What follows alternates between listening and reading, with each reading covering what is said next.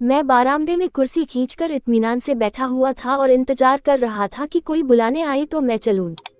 देखा दरवान खरामा खरामा डंडा हवा में घुमाते हुए मेरी ओर आ रहा है। कुर्सी अंदर कर दी और एटेंशन की मुद्रा में खड़ा होकर मुखातिब हो गया। आते ही बोला, चलिए, बेसब्री से आपका इंतजार कर रही है। मुझ पर नाहक आग बबूला हो रही है कि साहब अभी तक नहीं आए, क्या दरबानी करते हो? चलो चलता हूँ, मैं तो कब का आ चुका हूँ। कोई बुलाए तब न जाएं, मुझे क्या पता कि मेम साहब ऑफिस से लौटी कि नहीं। कुछ देर पहले तक तो ताला झूल रहा था, कब आ गए? बहुत पहले, रात के अंधेरे में नहीं देख पाए होगे कि दरवाजा बंद है या खुला है। हो सकता है मेम साहब कब आई? आधा घंटा हो गया, 3 बार आपके बारे पूछ चुकी है, ये चौथी बार है। मैं अंदर दाखिल हुआ तो कोई न्यूज़पेपर पढ़ रही थी। तिरछी नजर से मुझे भूखी शेरनी की तरह घूर रही थी कि जैसे मुझे कच्चा चबा जाएगी। मैंने उसके मिजाज को हल्का करने के ख्याल से कहा, ये मौसम, ये रात चुप है, होठों की बात चुप है, खामोशी सुनाने लगी है ये दास्तां। नजर बन गई है दिल की जुबां। न तुम हमें जानो न हम तुम्हें जाने, मगर लगता है कुछ ऐसा मेरा हमदम मिल गया। शुकू, तुम मेरी उलझे बालों को सुलझाना चाहा तो मेरा हाथ जोर से झटक दी और चीख पड़ी, मैं कुछ नहीं लगती, चलिए हटिए, मैं आपसे बात नहीं करती बोलकर डाइनिंग चेयर से बिदक कर सोफे पर पसर गई। मैं बगल में जाकर बैठ गया तो वह घसक गई और मुंह फेर ली। नारी का स्वभाव है गुस्सा, जो उसकी नाक के ऊपर रहता है। मैं मनाने के इरादे से हाथ को पकड़ना चाहा तो एक बार की उखड़ गई। समझ नहीं आ रहा था कि कैसे मनाऊं। हाँ, ये बात सही थी कि मैंने जानबूझकर देर कर दी थी। शुकू जब गुस्से में होती है तो उसे मनाना टेढ़ी खीर है। यदि नारी गुस्से में हो तो पुरुष को सब्र से काम लेना चाहिए। मैं डाइनिंग चेयर पर जाकर बैठ गया और अखबार निकालकर पढ़ने लगा। वह समझ गई कि अब मैं खुशामद करने वाला नहीं। जब ऐसी स्थिति का भान नारी को हो जाता है तो वह नर्म पड़ जाती है। वह मेरे पास आ गई और मेरे हाथ से अखबार लेकर दरकिनार कर दी। बड़े ही प्यार से मुखरित हो गई।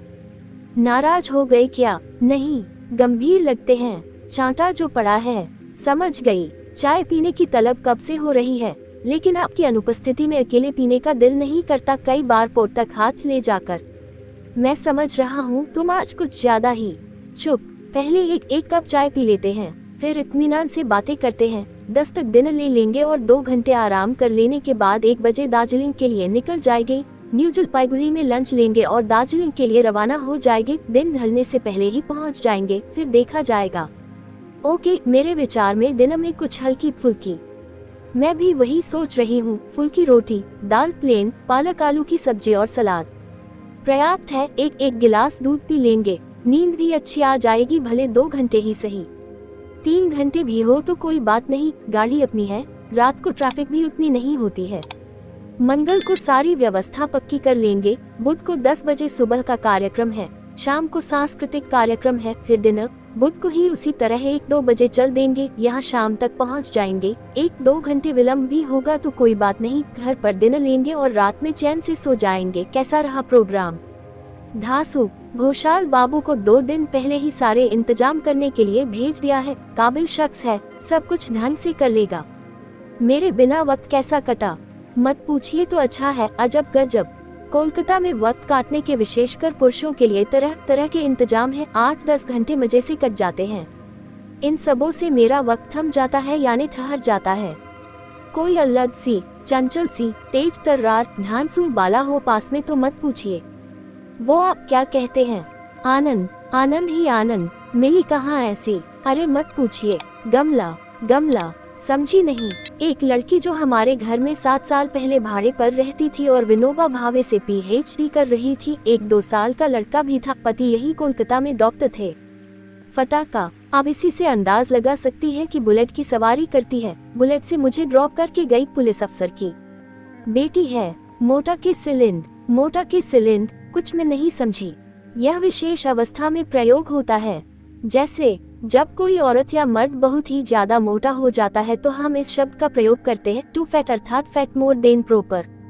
वो फैल गए थी कमर के नीचे। मैं गमला कहकर टीज करता था। मेरी बाइक थी, साथ में मूवी, शॉपिंग, कोलियरी के प्रोग्राम बनते थे। मत पूछिए, मुझे जबरन पीछे बैठा के उड़ जाती थी, हवा से बात करती थी।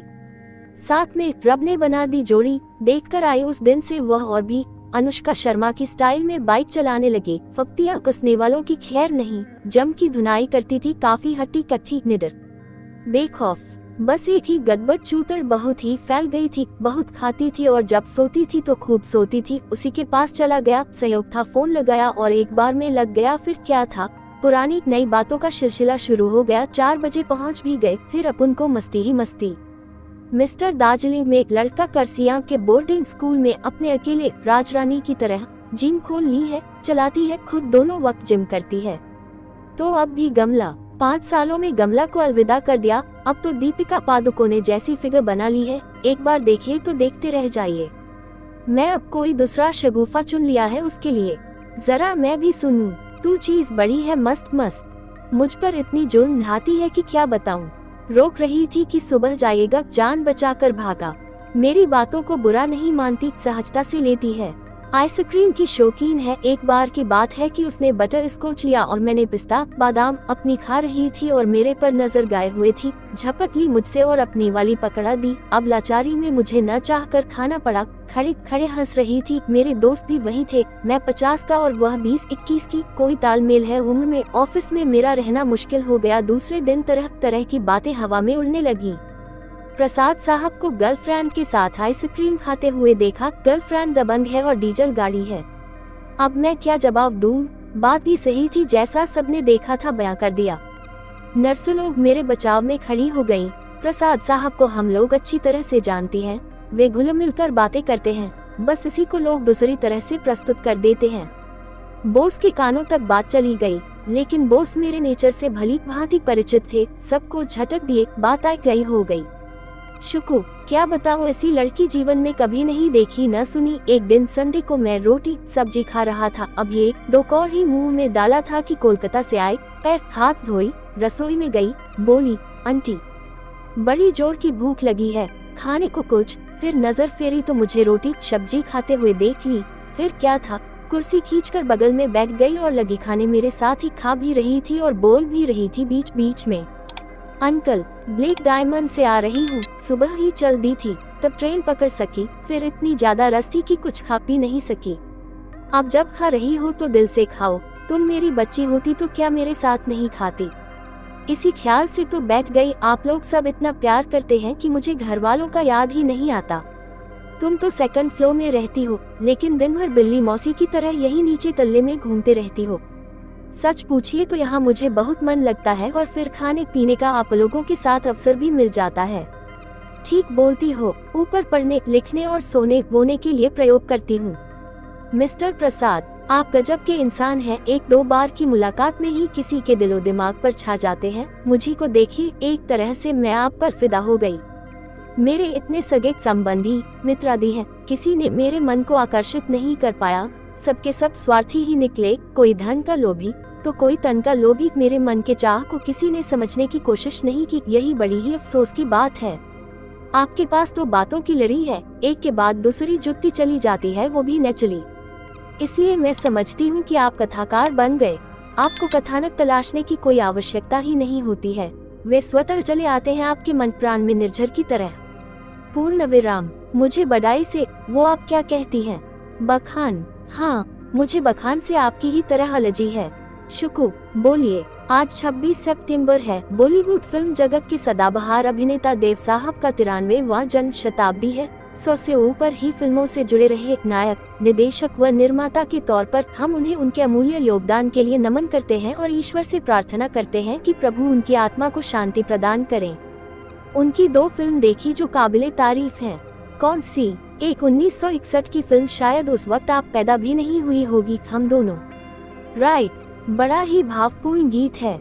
मैं जिंदगी का साथ निभाता चला गया, हर फिक्र को धुएं में उड़ाता चला गया। हाँ, ये गाना बहुत ही हृदय स्पर्शी है। दूसरी फिल्म आई थी गाइड, रंगीन फिल्म थी। देवानंद जी के साथ नायिका के रोल में थी उस वक्त की मशहूर अदाकारा वहीदा रहमान। क्या थीम थी, क्या गीत संगीत और अदाकारी की त्रिवेणी थी फिल्म में। इमेजिन न भूतो न भविष्यति। ये फिल्म एक अमिट छाप छोड़ गई है। हो सके तो एक बार फुर्सत के समय इस फिल्म को अवश्य देख लेना। अवश्य।